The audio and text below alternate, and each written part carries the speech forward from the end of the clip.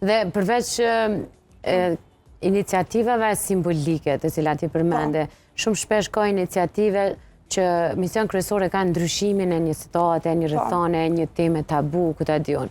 Sa let përqafohen, sa let motivohen të rinjt me i pranu si iniciativa, edhe sa let gjejmë mbështetje, qoftë institucionale, qoftë edhe të qytetarëve, për një problem që rrethohemi e që mund të ndryshojmë në një iniciativë të mirë.